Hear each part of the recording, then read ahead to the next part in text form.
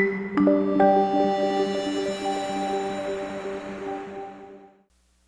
tardes. Hoy vamos a iniciar leyendo Salmo 16. Salmo 16, vamos. Salmo 16, 11. Versículo 11 dice: Me mostrarás la senda de la vida. En tu presencia hay plenitud de gozo. Delicias a tu diestra para siempre. Vamos a orar. Padre, gracias te damos por este tiempo que vamos a pasar estudiando tu palabra. Queremos rogarte, Dios, que nos hables, Dios, que nos ayudes a entender, que haya entendimiento en nuestra vida, Dios, y que podamos ser obedientes a tu palabra. Ayúdanos, Dios. Te bendecimos. Amén. Sale, hermanos, hoy estamos empezando el libro de Filipenses. Hoy vamos a iniciar el libro de Filipenses, obviamente capítulo 1. El libro de Filipenses es conocido, o uno de los temas generales del libro es el gozo. Por eso ahorita leíamos en Salmos, porque cuando hablamos de gozo, en el ser humano realmente la felicidad depende mucho de las circunstancias. Pero Salmos nos da una clave para poder introducirnos en el libro de Filipenses, y dice: me mostrarás la senda de la vida, en tu presencia hay plenitud de gozo.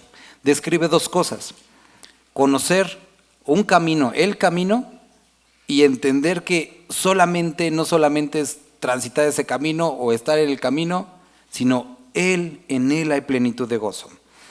Filipenses, ¿cómo inicia la iglesia de Filipo? Nosotros podemos ver este relato, y es muy bueno para poder entender lo que está pasando. Hechos capítulo 16. Llega Pablo en su segundo viaje misionero.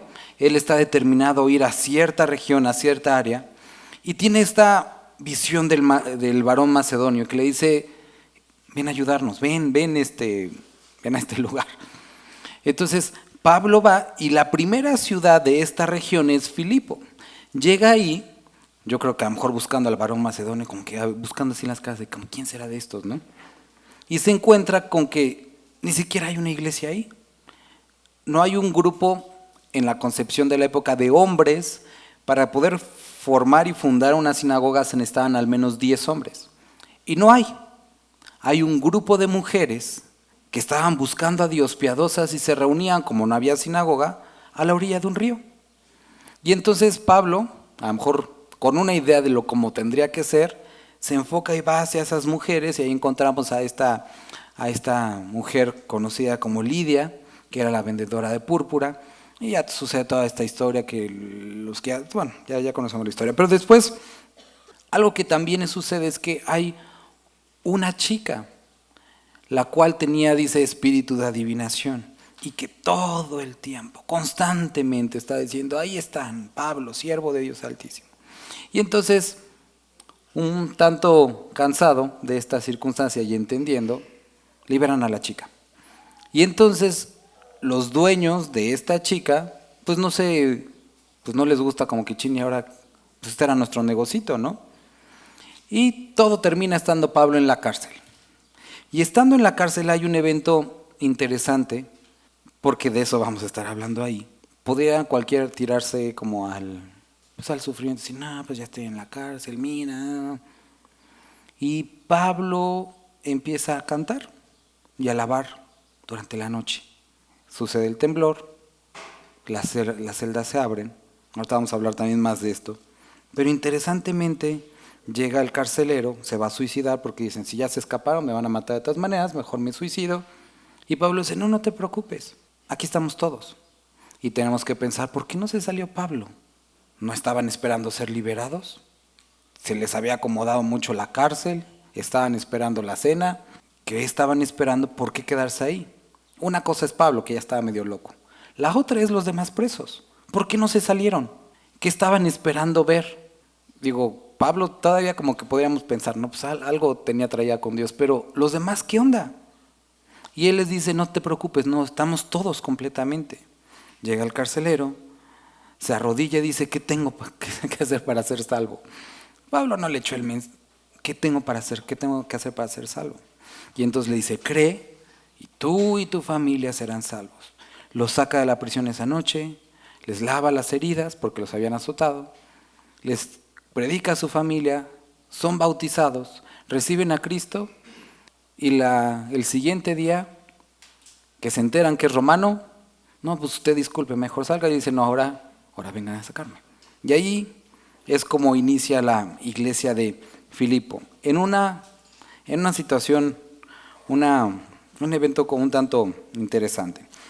Versículo 1, Pablo y Timoteo, siervos de Jesucristo, a todos los santos en Cristo Jesús, que están en Filipos, con los obispos y diáconos. Gracia y paz a vosotros de Dios nuestro Padre y del Señor Jesucristo. Pablo ya había experimentado la cárcel estando en Filipo.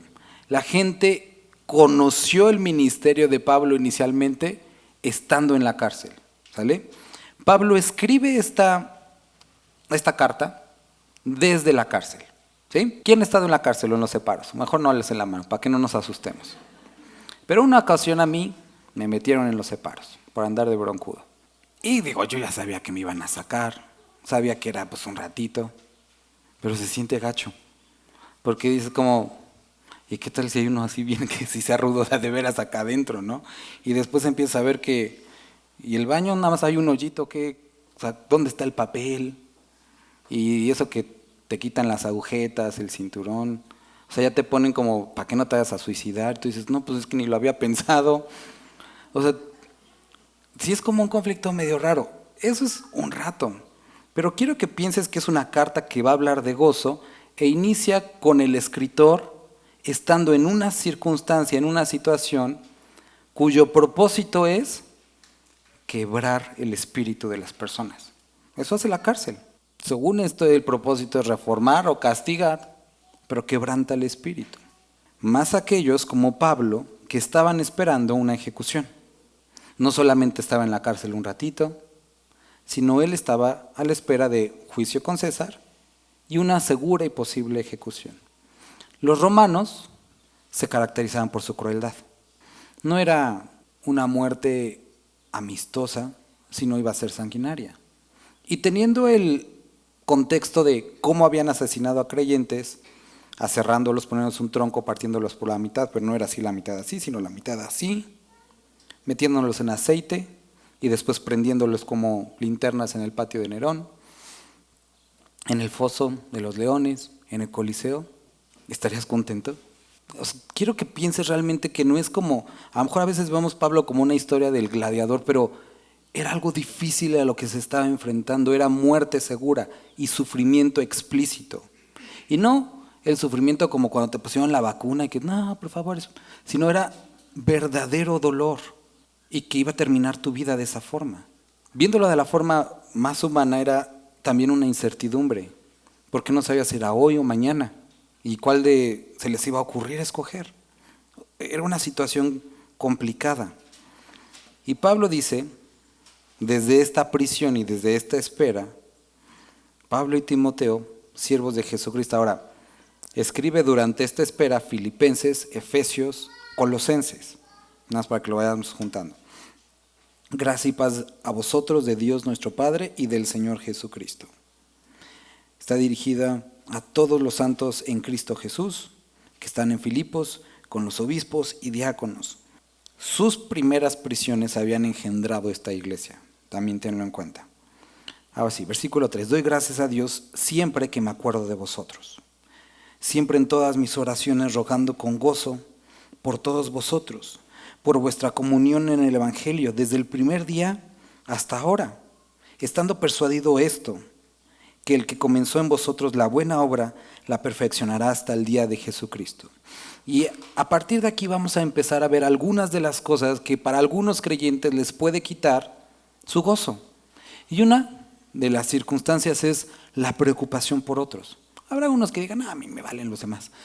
Y ahí tienes un problemita en tu corazón, problemota. Pero muchos, una causa del por qué les falta gozo es por algún hijo, por alguna hija, por familia, por amigos. Y los demás pueden ser una causa del por qué no hay gozo en nuestra vida.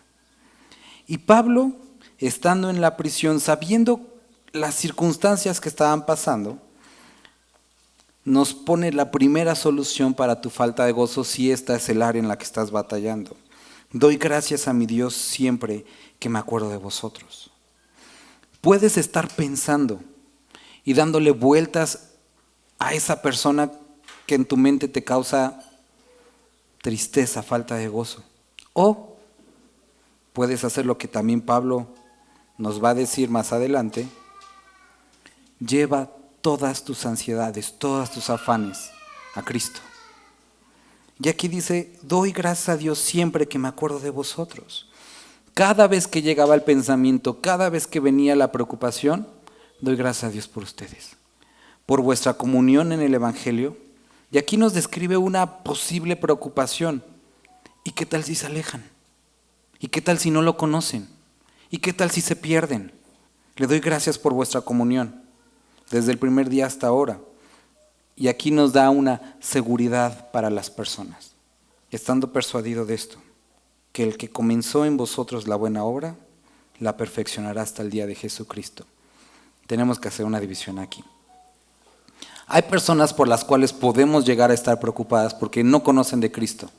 Si ese es tu caso, tienes que tener la seguridad que la Escritura dice que la voluntad de Dios es que el impío no se pierda, sino que venga el arrepentimiento. Ese es el deseo de Dios. Entonces, tanto como tú quieres que una persona venga al Evangelio, Dios lo quiere. Entonces, si tu preocupación por alguien es su salvación, tenemos una promesa en Dios. No solamente eso, sino que Él amó a todo el mundo. Tanto fue que dio a su Hijo unigénito. ¿Para qué? Para que todo aquel que en Él cree no se pierda, más tenga vida eterna. Dios puede y quiere salvar al impío. Él puede hacerlo. Pero es que es muy difícil. Tenemos otra escritura. ¿Acaso hay algo imposible para Dios? No. No hay corazón tan duro que Dios no pueda salvar. No hay voluntad tan fuerte que no pueda quebrantar. Dios puede cambiar. Por otra parte, si tu preocupación es por alguien que está batallando en la fe, por no importando las circunstancias, Pablo dice: estoy seguro que el que comenzó la buena obra en ustedes, la va a terminar. Yo la verdad no veo ni cómo le vaya a hacer, porque son medio raros, pero Dios sí, y Dios puede terminarla. Entonces, queridos hermanos, puedes descansar en esto. Cada vez, cada momento que venga un pensamiento acerca que te quiera robar el gozo con respecto a una persona, presenta eso delante de tu Padre. Ora, da gracias por su vida y confía en lo que Dios comenzó. Él puede y lo va a terminar y la perfeccionará hasta el día de Jesucristo.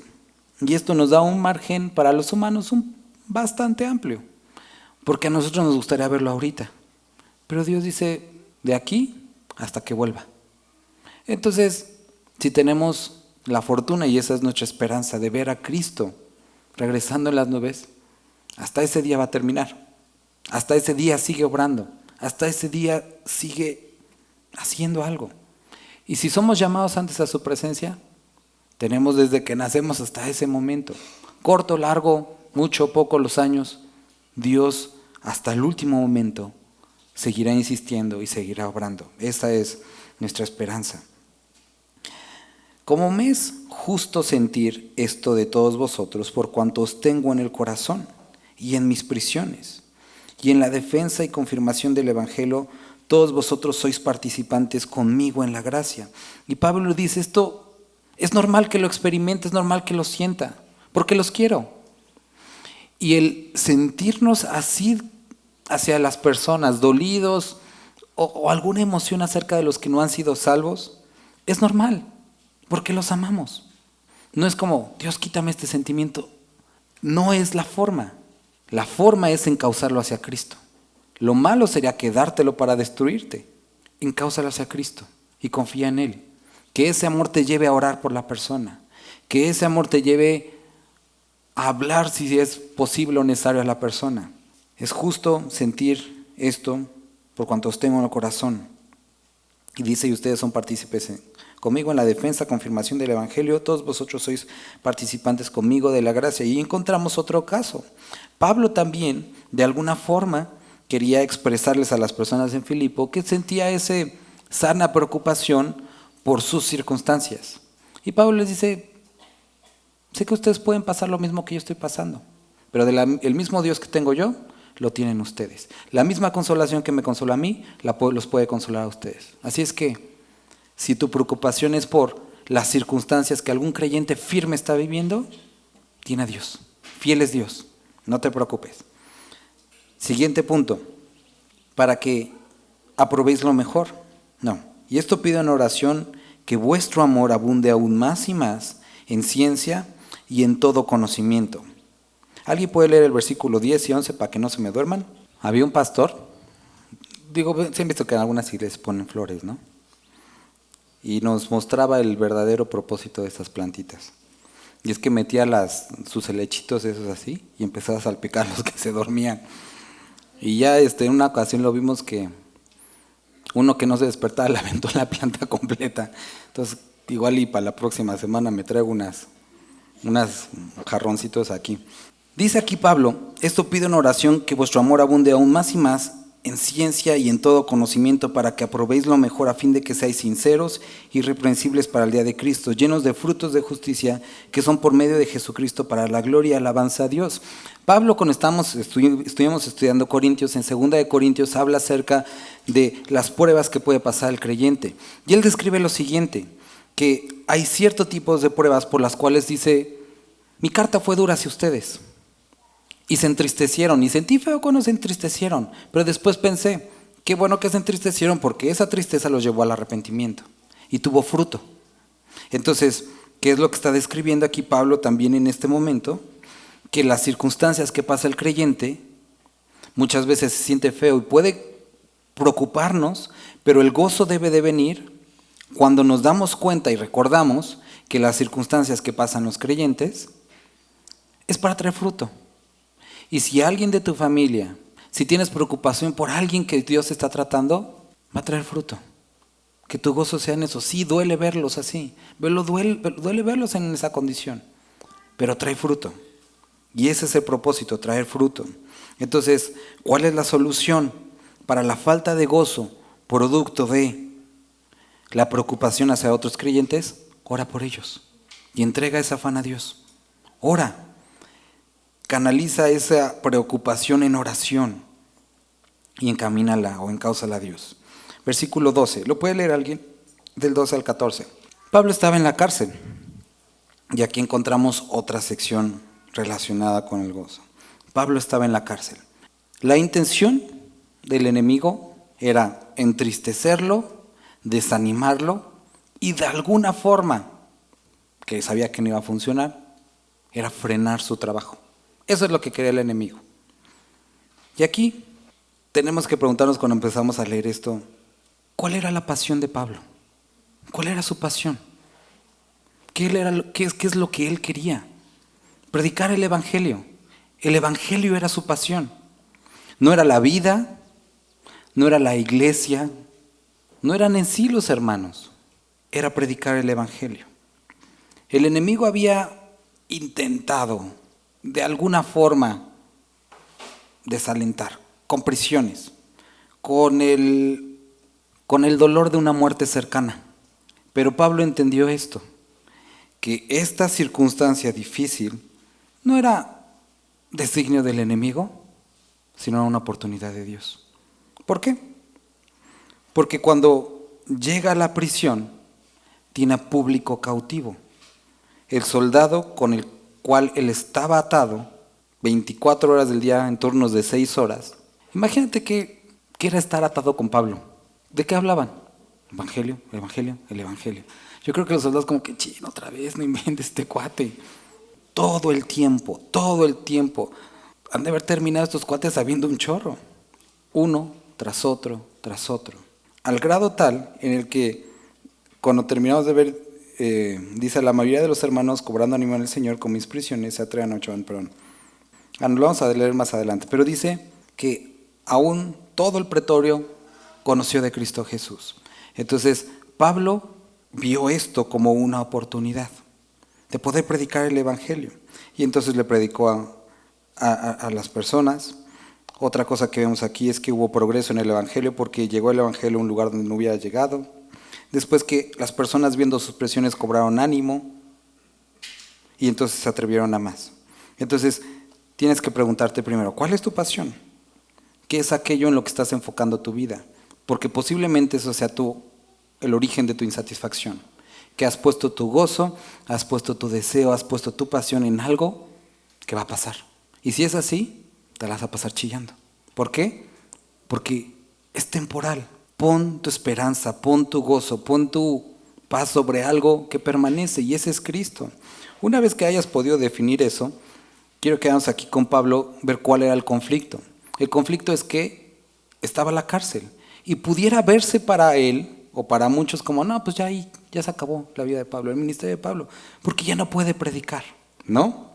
Sí puede predicar, porque él cambió su perspectiva. Hermano, hay personas que tienen falta de gozo por alguien, por algunos, y hay otros que no tienen gozo por sus circunstancias. Algunos dicen, ay, es que, pues hermano, trabajo 18 horas al día y pues no tengo chance para servir al Señor. Ay, es que estoy con estos chamacos que no me dejan ni respirar. Y puedes percibir a lo mejor alguna circunstancia en tu vida como mis prisiones, lo que me ata. Yo serviría al Señor de veras si tuviera más tiempo como usted que no hace nada, pastor. Si fuera como usted, mire. Y a veces tenemos esa idea de mis prisiones. Pero quiero que veas que Pablo le dio otra perspectiva a sus prisiones. Y fue una oportunidad. Pablo no lo veía como sus prisiones. Y posiblemente a lo mejor no deberías ver a eso que llamas mis prisiones, tus prisiones, sino como una oportunidad. Llegó el Evangelio a un lugar donde normalmente no llegaría. ¿Te imaginas? Algunas personas diciendo, Dios, te pedimos que salves a estos soldados, que mandes a alguien. Y Dios dice, sí, yo tengo al perfecto. Vamos a mandar a Pablo. Es una forma diferente de verlo. Muchos dicen, trabajo tanto. Que hermano, posiblemente Dios te puso ahí. No posiblemente, Dios te puso ahí. Para que puedas predicarle a personas que otros normalmente no les predicarían.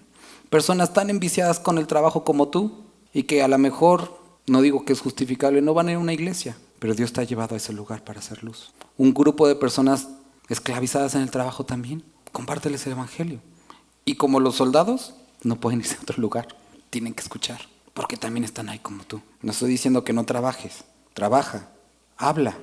¿Qué es otra cosa que podemos hacer? Escuela. Aquellas, por ejemplo, madres, ¿no?, que están criando a niños. ¿Quién otros va a compartir si no eres tú? Son tus hijos. Vacía sobre ellos todo el consejo de Dios. Hazlos crecer en amor, en temor del Padre. No son prisiones.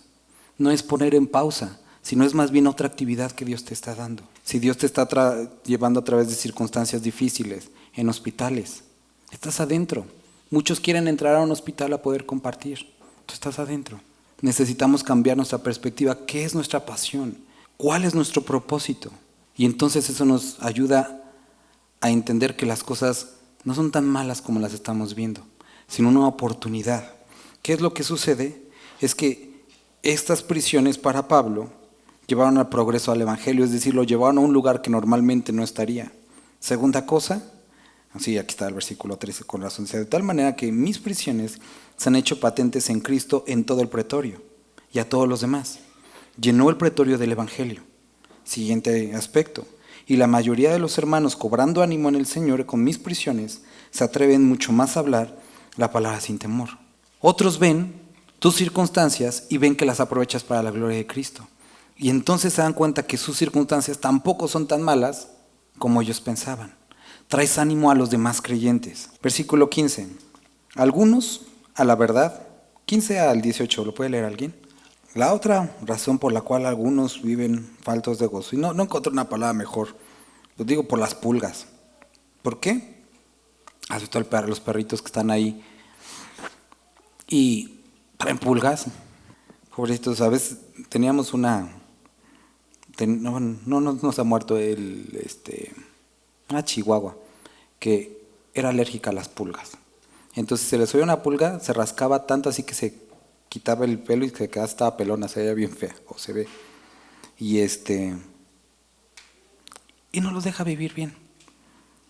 Algunos a la verdad predican a Cristo y entonces Pablo describe aquí que estando él en la prisión, también tenía rollos con los que predicaban a Cristo, y quiero que notes que son creyentes, que están predicando a Jesús, que están predicando el correcto evangelio, pero con la motivación inadecuada. Y dice, algunos a la verdad predican a Cristo, pero lo predicaban por envidia, tenían envidia de Pablo. También eran contenciosos, dice, y contienda. Querían como, mira Pablo, mira dónde estás tú, mira dónde estamos nosotros. Si tú fueras un apóstol no estarías otra vez en la cárcel. ¿Por qué no te libera otra vez Dios? Cosas como esas, contenciosos. Pero otros de buena voluntad. Los unos anuncian a Cristo por contención, no sinceramente, es decir, egoísmo, porque querían algo, estaban buscando algo propio. Y dice, pensando en añadir aflicción a mis prisiones, por malicia. Querían hacerle un daño a Pablo. Entonces, ¿por qué sea por pulgas? Porque a veces podemos ser nosotros esto, o podemos vernos afectados por la actitud de otros. Que sea en lo profesional, sea en lo espiritual, sea en el caminar cristiano, te vas a encontrar personas que son contrarias a ti. Y quiero que notes que ni siquiera está hablando de pecadores, eran creyentes.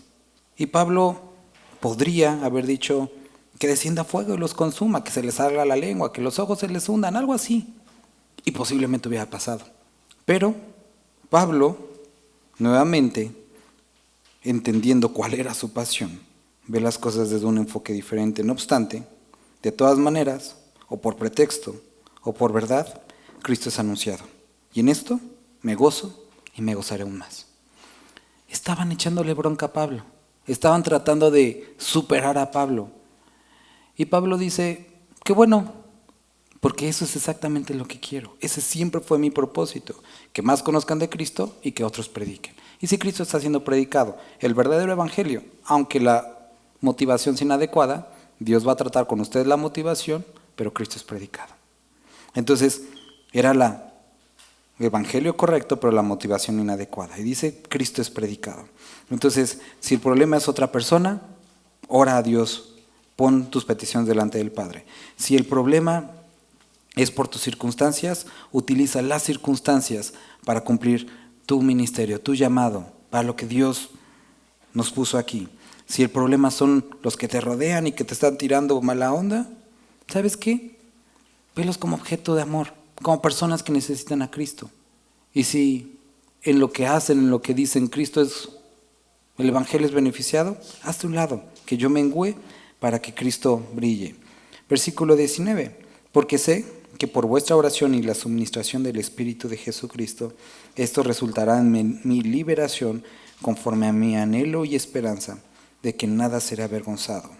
Antes bien, con toda confianza, como siempre, ahora también será magnificado Cristo en mi cuerpo, o por mi vida, o por mi muerte.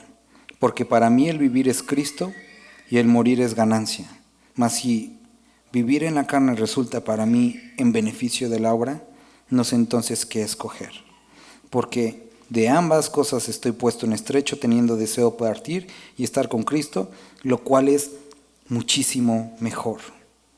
Pero quedar en la carne es más necesario por causa de vosotros. Y confiado en esto, sé que quedaré, que aún permaneceré con todos vosotros para vuestro provecho y gozo en la fe, para que abunde vuestra gloria de mí en Cristo Jesús, por mi presencia otra vez entre vosotros. Entonces, encontramos la siguiente circunstancia. Ya no es las críticas, ya no son las circunstancias, ya no es otras personas, sino ahora es el dilema de la muerte. Hay personas que el día de hoy, por alguna enfermedad o alguna circunstancia, tienen cerca la muerte, en ellos o en la familia. Y esto para algunos es causa de que el gozo se ha quitado. Y es algo complicado. Pero quiero que notes esto que está viendo Pablo aquí, o lo que está diciendo. Versículo 20, conforme a mi anhelo y esperanza de que nada será avergonzado, antes bien, con toda confianza como siempre, ahora también será magnificado Cristo en mi cuerpo, o por vida o por muerte. Fui hace ya algunos años a un funeral que se escucha raro, pero me gustó mucho.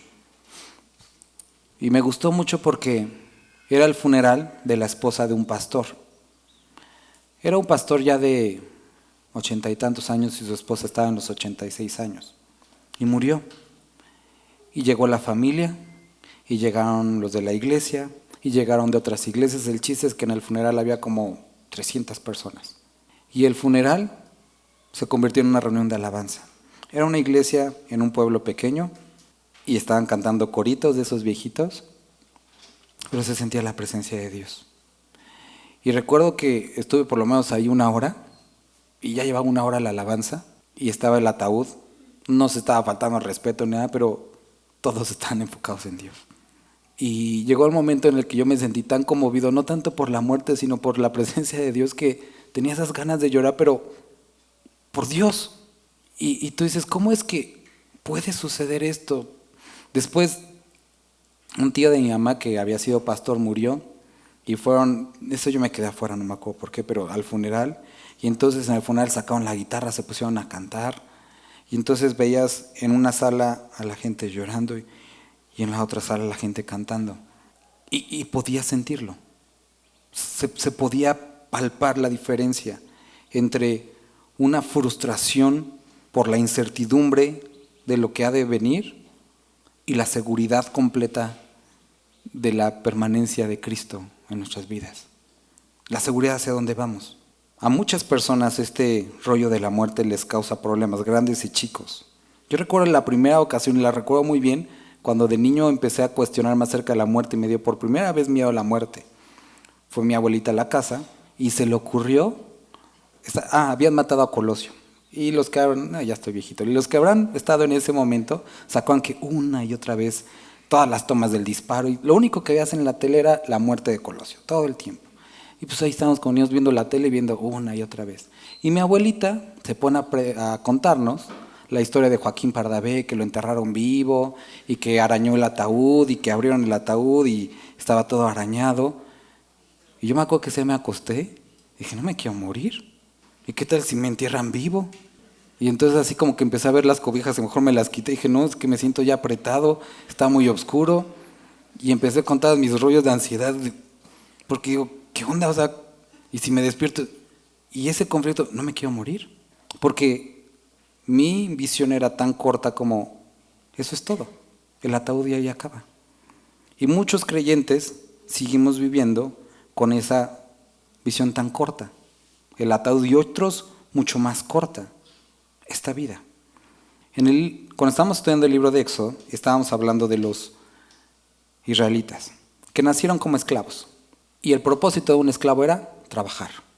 Y les dijeron, para eso nacieron, esos son. Vinieron al mundo a trabajar, a construir pirámides, ladrillos, ahí está su barro, ahí están sus hojas, cumple tu propósito. Salen de Egipto, Dios los libera, y entonces dicen, oye, ¿y el barro y las hojas? Aquí no hay que construir nada. ¿Y cómo me gano mi comida? Yo te la voy a dar. Voy a hacer descender el fuego. Digo, del cielo el maná. Y entonces se ven en ese choque de que, ¿y cuál es mi propósito en la vida? No es trabajar, barro y pasto. Ese es no. Tu vida es mucho más allá de barro y paja. Tu vida es yo, mi presencia contigo y tú en mi presencia. Y entonces no puede ser así. Algo tengo que hacer para ganar la comida. Y Dios dice, no, yo proveo todo. Sombra de día, luz de noche, comida en la mañana. Y Jesús más adelante dice, ¿te acuerdan de la comida? Yo soy el maná que descendió del cielo. Era solamente una ilustración de lo que yo soy. Y entonces tenemos que ir a Mateo, a la tentación. Si tú eres Dios, que se convierte estas piedras en pan, dice, no solamente de pan vivirá el hombre, sino de toda palabra que sale de mi boca. Y chocamos porque pensamos que el propósito de nuestra vida es nacer y entrar al kinder para poder entrar a la primaria para poder entrar a la secundaria para entrar a la prepa para entrar a la universidad, y la universidad para poder trabajar, y trabajar para poder vivir. y morirnos. Esa es mi vida. No, esa no es tu vida. Para eso no fuiste creado. Ese no es tu propósito. Y necesitamos cambiar esto para poder encontrar gozo, porque cuando nosotros ponemos sobre eso nuestra esperanza nos vamos a frustrar. Porque más que antes estamos llegando a momentos en los que vivir y mantener es difícil. Digo, todos nos hemos dado cuenta que de unos años para acá se ha duplicado el precio de casi todo. Y cada vez se hace más difícil esto. Pero si tu esperanza está en qué de comer, qué de vestir, no estás recordando quién es tu Señor, que trae pan en la mañana. Sí, Mateo, pidan por el pan. Su pan diario pidan. Pero Dios, ¿a poco se te olvida? No, quiero que dependan de mí, que reconozcan que yo soy. No solamente que yo doy, sino que yo soy. Yo soy lo que tú necesitas. No solo alimento, sino yo. Y por eso quiero que primero pidas, para que entiendas que lo que necesitas no es tanto el alimento como mi presencia, y entonces traigo el alimento, traigo la provisión. Y a veces tengo que quitarte un poco del alimento para que me voltees a ver otra vez. Y no sigas mordiendo la mano que te alimenta. Para que sigas viendo quién soy yo y en dónde estás parado. ¿Te acuerdas? Esa pregunta que la vemos repetida en varias ocasiones en la Biblia. La primera ocasión que la vemos es con Adán. Adán, ¿dónde estás? Y era obvio, porque la misma escritura nos dice, Dios no estaba ciego, Dios sabe todo, estaba escondido atrás de una rama. Y no es como que, ¿dónde está el bebé? No, Dios sí sabía, pero Adán, ¿sabes dónde estás? Y posiblemente deberías hacerte esta pregunta, ¿dónde estás hoy? ¿Estás escondiéndote, huyendo de Dios? ¿Haciendo como que no te habla? ¿O gritando para que te conteste y Él está viéndote? ¿Dónde estás? Él está ahí. ¿Dónde estás?